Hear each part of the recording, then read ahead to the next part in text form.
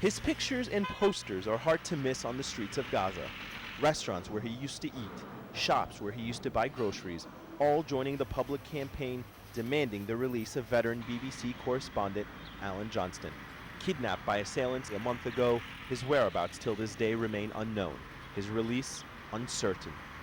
For 3 years, he didn't just cover Gaza, he lived with the Palestinians, telling their stories to the world and earning their respect in one of the most difficult places a journalist can work.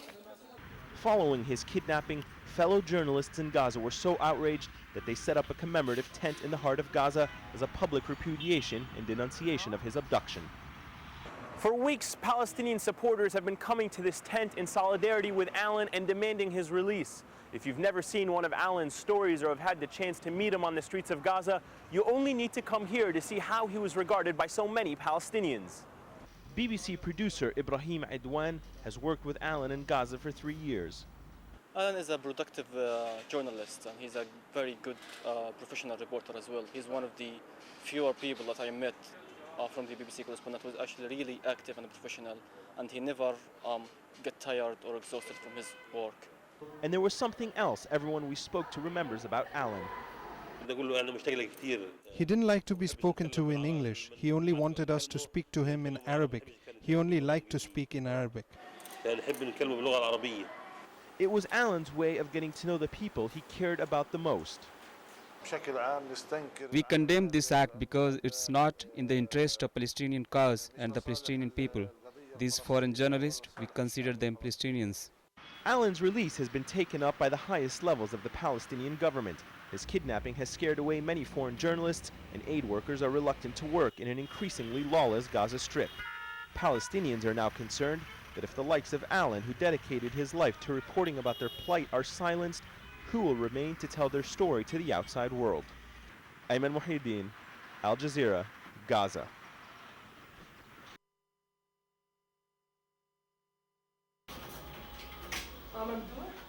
A normal day in the Gaza office of reporter Raham Abdelkarim. Her story today is on security, or the lack of it, she says. Raham is increasingly concerned about the safety of her team and the growing threats to journalists here from warring Palestinian factions. The Palestinian threat makes me worry a lot and makes the people, the ordinary people, so worried that they think about leaving Gaza sometimes. In January, a bomb exploded outside the offices of the Al Arabiya news channel. Raham and her colleagues escaped unharmed, but for someone who had been targeted before, this time seemed different. It proved to be one in a series of attacks and kidnappings, signaling that journalists were no longer immune from the growing lawlessness of the Gaza Strip. It's not just warring Palestinian factions, but Israel's occupation of Palestinian territories that has also endangered reporters. According to the Committee to Protect Journalists, 7 journalists have been killed by direct Israeli fire since the year 2000. And in the last 3 years, 15 journalists have been kidnapped in the Gaza Strip alone. All but one have been released unharmed. BBC correspondent Alan Johnston remains missing 1 month after his abduction.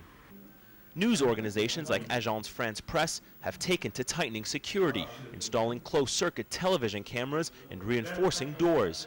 Recently, I think many journalists are trying to avoid. I remember the last incidents between Hamas and Fatah was not covered enough from the journalists because they were so much worried about the reaction.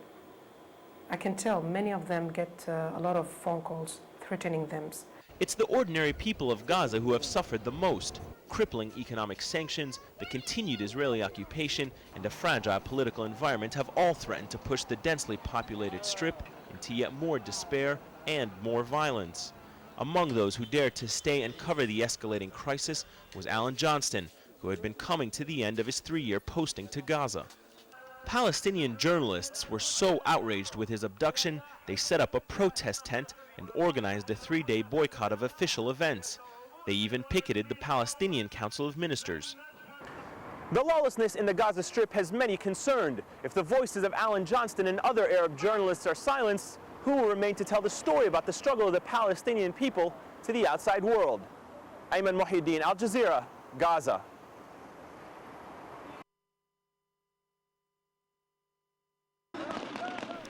The sudden flood caused panic amongst residents of this small village in northern Gaza. According to reports, an earth embankment around a holding pool suddenly collapsed, causing raw sewage and mud to flood the area. A local councillor called the accident our tsunami. A 70-year-old woman and a young boy are thought to be among the dead. The Palestinian Interior Minister who rushed to the scene came under attack from angry gunmen, adding to the chaos. Dozens of the injured are being taken to local hospitals. Many of the makeshift houses in this village have been completely submerged. Hundreds are still missing. It's feared they could be buried under the mass of sewage.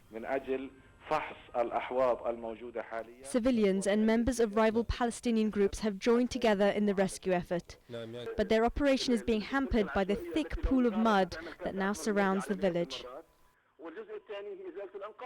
It's still not clear what exactly caused the accident, but residents are blaming poor infrastructure for what they have described as an environmental disaster. Shireen Tadros, Al Jazeera.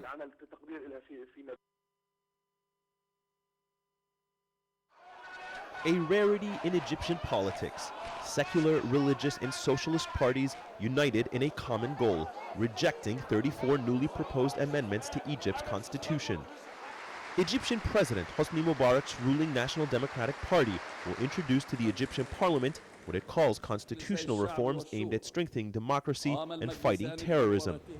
But opposition parties, led by Egypt's banned Muslim Brotherhood, say the amendments are merely aimed at consolidating Mubarak's 26-year grip on the presidency.